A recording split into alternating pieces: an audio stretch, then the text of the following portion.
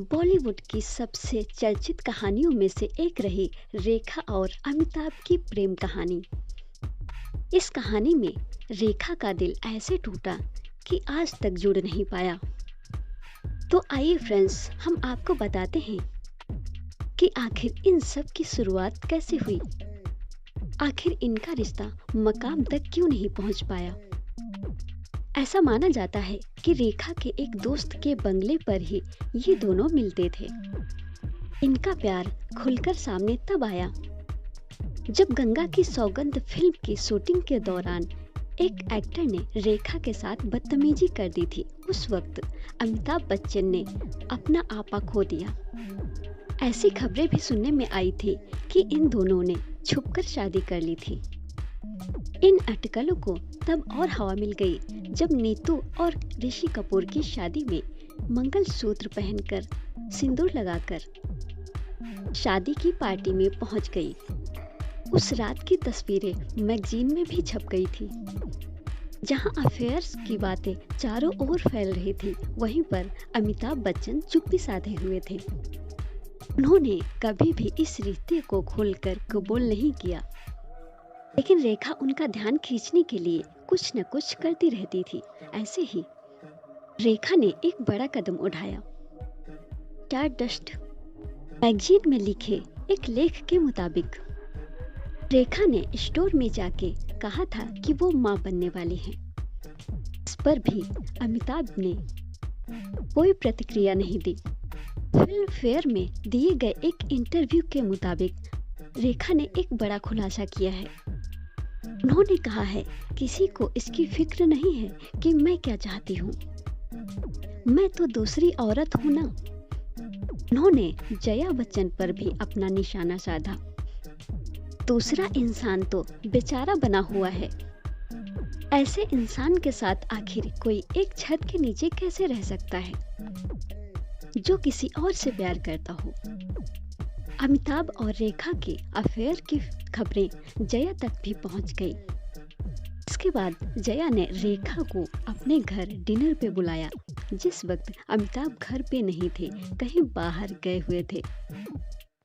रेखा को ऐसा लगा कि जया मुझ पे चिल्लाएंगी, मुझे अमिताभ को छोड़ने के लिए कहेंगी।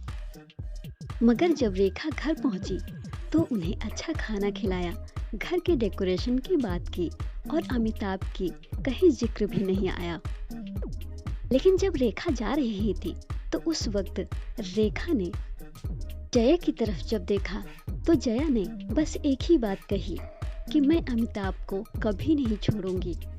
उस वक्त रेखा को समझ में आ गया कि वो अमिताभ की कभी नहीं हो पाएंगी। उसी दौरान यश चोपड़ा ने फिल्म को लेकर एक बड़ा खुलासा किया। उन्होंने बताया कि उनकी अगली फिल्म में अमिताभ, रेखा, जया एक साथ नजर आएंगे। खबरों की माने तो अमिताभ ने जया और रेखा दोनों को ही इस फिल्म के लिए मनाया था, ताकि जो भी मीडिया में खबरें चल रही उन दोनों के बीच की कड़वाहट की, उनका खंडन किया जा सके।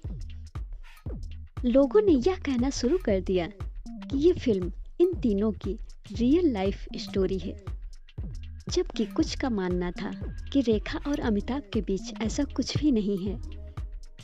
यश चोपड़ा ने अपने दिए हुए एक इंटरव्यू में ये कबूल किया है कि वो फिल्म सिलसिला बनाते वक्त काफी डर रहे थे।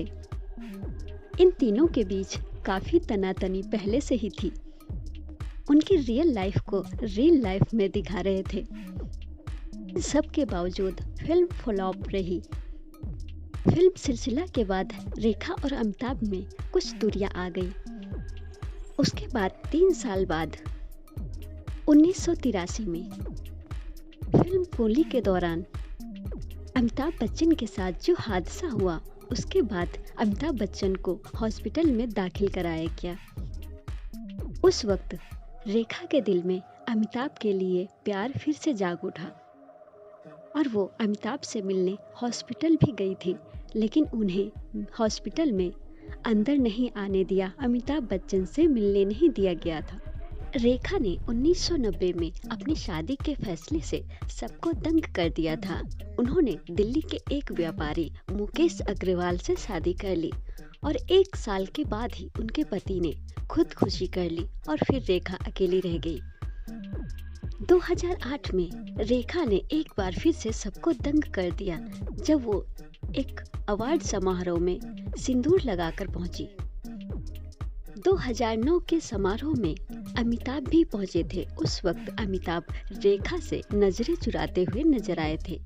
रेखा ने एक इंटरव्यू में कहा था कि जिस तरह पूरा देश अमिताभ से प्यार करता है, उसी तरह मैं भी अमिताभ से प्यार करती हूँ। पति के न रहने पर भी रेखा के सिंदूर लगाने को लोगों ने स्टाइल बताया है, लेकिन कुछ लोगों ने ये भी बोला है कि रेखा आज भी अमिताभ के नाम का सिंदूर लगाती हैं।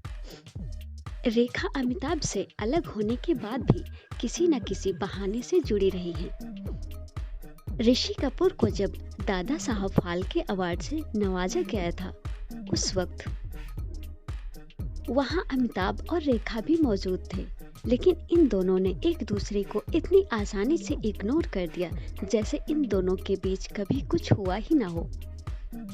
यानी कि इन दो सितारों की प्रेम कहानी भले ही अधूरी रह गई हो। दोनों अपनी जिंदगी में भले ही आगे बढ़ चुके हों, लेकिन रेखा के दिल में कहीं न कहीं आज भी अमिताभ ही बसते हैं। यहीं पर अमिताभ और जया अपने परिवार के साथ बहुत ही खुश हैं। तो फ्रेंड्स, आई होप ये जानकारी और ये कहानी जो अधूरी है रेखा और अमिताभ की, मैं आशा करती हूँ आपको पसंद आई होगी।